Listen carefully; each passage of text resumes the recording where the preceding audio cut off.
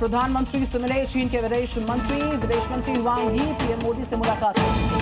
दोनों के बीच में लंबी बातचीत हुई, द्विपक्षीय संबंधों पर चर्चा हुई है। सीमा विवाद जो काफी सालों से चल रहा है उसको लेकर के जोर दिया गया। इस समिट में भी शामिल होंगे पीएम और इसको लेकर के न्योता मिला प्रधानमंत्री को। द्विपक्षीय संबंधों पर ये चर्चा की तस्वीरें, सीमा विवाद और सौहार्द पर जोर।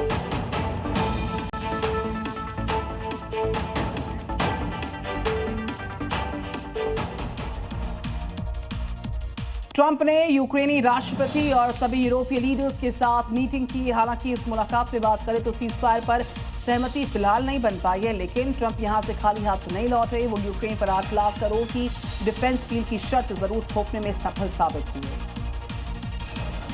जो कहने को तो यूक्रेन की सुरक्षा की गारंटी है, जिससे जेलेंस्की भी खुश हैं, लेकिन इसके बदले यूक्रेन अमेरिका से 8 लाख करोड़ के हथियार खरीदेगा।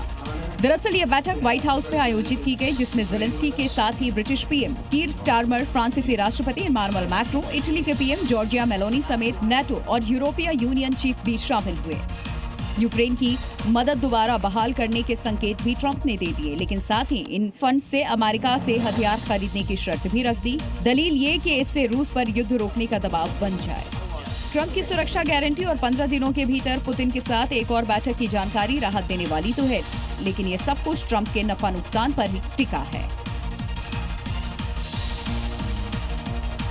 तो जेलेंस्की से मुलाकात पर पुतिन का बयान अब सामने आ चुका। मॉस्को में यहां जेलेंस्की से मुलाकात को लेकर के पुतिन की तरफ से बयान दिया गया। ट्रंप को भी मॉस्को आने का न्योता दिया गया।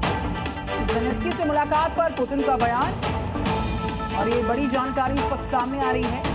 इस बीच ट्रंप को भी मॉस्को आने का न्योता दिया गया है। जेलेंस्की से मुलाकात पर पुतिन का बयान।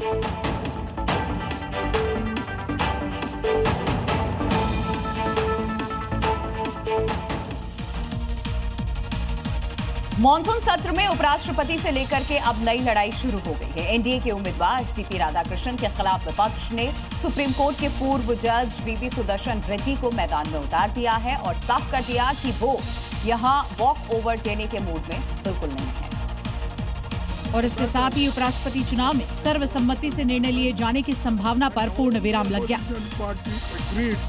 महाराष्ट्र के राज्यपाल सीपी राधाकृष्णन को उम्मीदवार बनाकर एनडीए ने दक्षिण भारतीय राज्यों को, खासतौर से तमिलनाडु की रीजनल पार्टियों को अपने पाले में लाने की कोशिश की थी। लेकिन इंडिया ब्लॉक ने कई दौर की मीटिंग के बाद एनडीए को उसी की भाषा में जवाब दे दिया, जिसकी घोषणा मल्लिकार्जुन खड़गे ने की। सुदर्शन रेड्डी आंध्र प्रदेश से आते हैं, यानी अब स्टालिन की तरह चंद्रबाबू नायडू भी धर्म संकट में है।